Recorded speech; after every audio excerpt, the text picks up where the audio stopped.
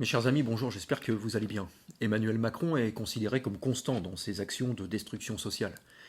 Il a d'ailleurs entamé son premier quinquennat en conseillant aux chômeurs de traverser la rue pour trouver un emploi, vous vous rappelez de ça. Et il a même mené une réforme de l'assurance chômage totalement régressive. À présent, il relance son second mandat en ouvrant le chantier de la démolition. Lors du discours de politique générale du 30 janvier, le Premier ministre Gabriel Attal a annoncé son intention de remplacer l'allocation de solidarité spécifique, l'ASS, par le revenu de solidarité active, le RSA, ce qui inquiète légitimement 322 000 personnes bénéficiant actuellement de l'ASS. Alors le gouvernement vise à faire basculer ces personnes vers le RSA, mais cela pourrait avoir des conséquences néfastes, notamment pour les personnes bénéficiant de l'ASS qui cotisent automatiquement pour leur retraite, contrairement aux bénéficiaires du RSA.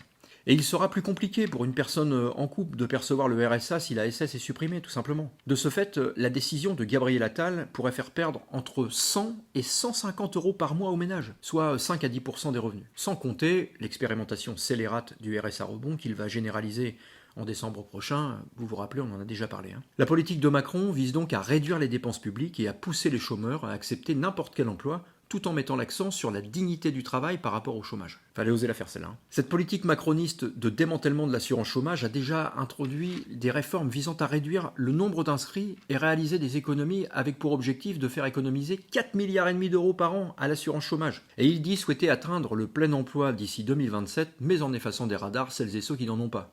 Et son intention est de durcir les règles de l'assurance chômage, s'inspirant en partie du modèle allemand. Alors ce qui est intéressant de noter, c'est que pendant que la France s'engage dans cette voie, l'Allemagne, elle a récemment adouci sa politique de chômage, ce qui crée une comparaison notable entre nos deux pays. Alors ce qu'il faudrait faire selon nous, c'est d'abord hausser le SMIC de 20%, augmenter les salaires et les minima sociaux, contraindre les entreprises à l'égalité professionnelle femmes-hommes, porter les retraites minimales à 1 400 euros, organiser un plan de lutte contre l'exclusion et la grande pauvreté, rembourser les soins à 100% et indexer les retraites sur le salaire moyen, lancer un grand plan d'urgence pour la reconstruction des services publics. Et puis, il faut nationaliser une banque privée au service de l'emploi, de la renaissance industrielle et de la transition écologique. Il faut supprimer la TVA sur les produits de première nécessité, ça urge, et rendre l'impôt plus juste et progressif. Évidemment, rétablir l'impôt sur la fortune, taxer les dividendes, atteindre le zéro fraude fiscale, supprimer le CICE et réorienter cet argent vers les TPE et les PME.